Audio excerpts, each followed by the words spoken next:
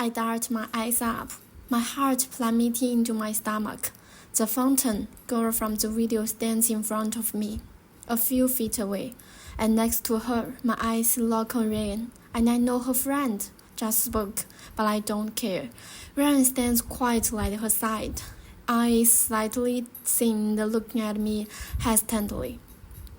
Her hair is long and straight, not curled like the Facebook photo, and she is wearing a black off-the-shoulder sweater and skinny jeans that are turned to near shirts.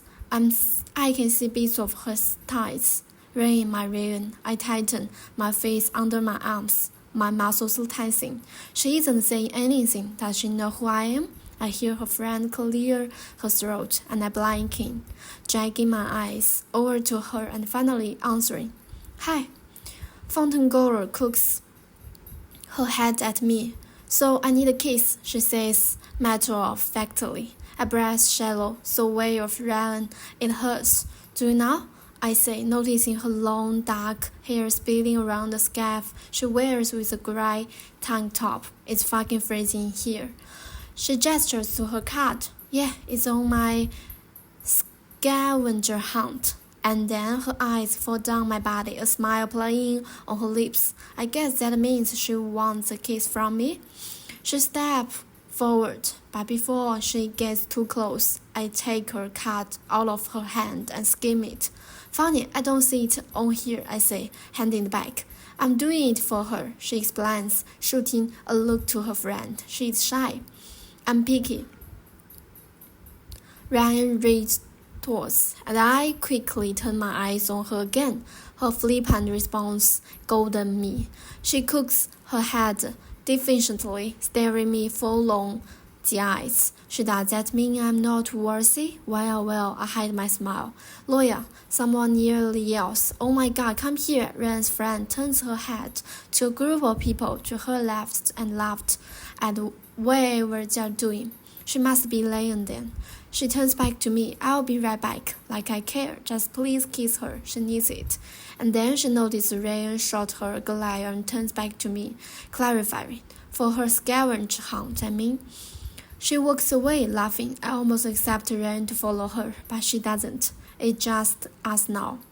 A cool sweat breaks out on the back of my neck, and I look at Ryan. Both of us locked in an awkward silence. Why isn't she saying anything? She has to know who I am. Of course, she doesn't know I formed a bank recently because I wanted to surprise her with an alcohol old school demo type for our graduation in a few months. But it's damn near impossible to be invisible these days. Our names and pictures are on our Facebook page and the red cards by the entrance. Is she fucking around with me? She shifts her stance, and I see her chest rise with a heavy breath, like she is waiting for me to say something. Why don't? She lets out a sigh and looks down at her cat.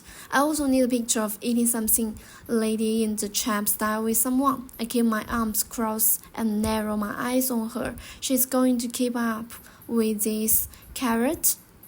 Or she goes on, sounding annoyed, probably because I haven't responded. I need a picture of a picture of a picture, whatever that means. I remain silent, getting a little pissed. She's acting clueless. 7 years, and this is how you want to meet Angel? She shakes her head, acting like I'm the one being rude. Okay, never mind, and she turns to walk away. Wait, someone calls. Dan jogs up behind Ryan, stopping her, and then walks up to me, scolding under his breath. Dude, why are you looking at her like she snapped your grandma, Dan? He turns back to Ryan and smiles. Hey, how are you doing? I drop my eyes, but only for a moment. Does she really not know who I am? I guess there would be plenty of people here who haven't heard of us. We are not a big deal, and this is probably the only thing going on in a 50-mile radius. So why wouldn't she be here? If only because there's nothing else to do. Maybe she has no fucking clue she's standing in front of Michelle right now, the boy she's been writing letters to since she was 11. What's your name? Dan asked her. She turns back, her eyes flashing to me, clearly indicating her guard is up now, thanks to me. Rain, she answers. You? Dan. And then he turns to me. And this is. But I shoot out my hand, knocking him slightly in the stomach. No, not like this. Rain says exchange and pinches her eyeball together, probably wondering what my problem is. So you live in Falcon? Dan continues, taking my cool and changing the subject. Yeah. He nods, and they both stand there, falling silent. Okay, so Dan clips his hands together. I heard you say you needed to eat something, lady and champ style. Not waiting for her answer, he reaches over the bar and digs in the Ganesh containers. He holds up a lemon wedge, and Rain winches. A lemon? A trap dog dare you, he challenges, but she shakes her head. Okay, wait, he urges.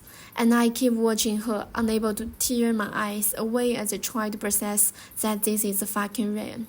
Her thin fingers that have written my 582 letters, the chain where I know she used makeup to cover up a small scare she got from a fall during ice skating when she was 8.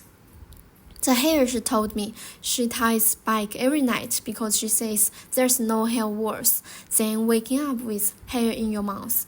I've had half a dozen girlfriends, and all of them I knew 10 times less than I know this girl, and she really has no idea. Then comes Spike with a wooden scaler, the tip holding a roasted marshmallow from one of the fire pits. He walks up and shows it to me. Corporate police, and then he turns to her and grabs her phone. Go for it, I'll take the picture. Rain's assumed eye flashed me, immediately turning dark, because she clearly doesn't want to eat anything lady and the champ style with me. But she doesn't back down, or foreign shyness. Walking up, she grabs a bar stool and steps up on the palms to rise herself higher. She's not short, but she's definitely shorter than my 6 feet.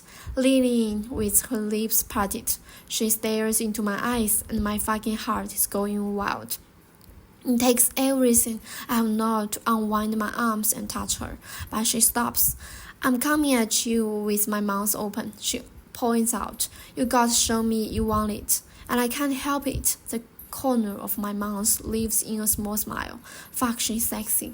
I didn't accept that, and I hold up the marshmallow and open my mouth, holding her eyes as we both lean and take a bite, passing a moment for Dan to take the picture. Her eyes lock on mine, and I can feel her breath on my lips as her chest rises and falls. My body is on fire, and when she leans in further, a bite of a big extra, her lip grazes mine, and I groan. I pull away, swallowing the gun chunk right then. She chews a bite of marshmallow, linking her lips and stepping down off the stool. Thank you, I nod. I can feel Dan's eyes on me, and I'm sure he knows something is wrong. I toss the scanner down on the bar and meet his eyes. He's wearing a coney smile. Yeah, okay, I like the marshmallow then. I'd like to eat a dozen of them with her. Maybe I won't rush home quite yet, okay? My phone buzzes in my pocket, and I take it out. Seeing Annie's name, I hit ignore. She's probably wondering where I am with her snacks. I'll call her back in a minute. So Dan says, all these pictures you are posting on the page, you don't have a boyfriend who's going to come hunting us down, right? I tense. Ryan doesn't have a boyfriend. She wouldn't told me. No, she replies. He knows I can't be tied down. Dan laughs, and I stand there listening. No, I don't have a boyfriend, she finally answers seriously. I find that hard to believe, and I'm not looking for one either. She cuts Dan off. I had one once, and you have to bathe them and feed them and walk them. So what happened? Dan asks. She shrugs. I'd lowered my standards. Too low, apparently. After that, I got a pick. Does any man measure up? One. He says. Her eyes start to me and then back to Dan. Only one guy who measures up. Does she mean me? My phone vibrates again and reach in my pocket, silencing it. I glance up and see cameras flashing over and spot people taking a pic in front of the graffiti wall to the right. I step up and take her phone, surprising her walking around behind her. I turn on the camera, changing it to selfie mode, and lean down, capturing our faces on the screen, but I adjust it to also include the guy behind us, taking a picture of two girls in front of the graffiti pictures. A picture. I speak low in her ear, indicating our selfie of a picture. I point to the guy behind us on the screen taking a pic of a picture, and I gesture to the graffiti wall they are standing in front of. A smile finally breaks out on her face. That's clever, thanks. And I click the pic, saving the moment forever.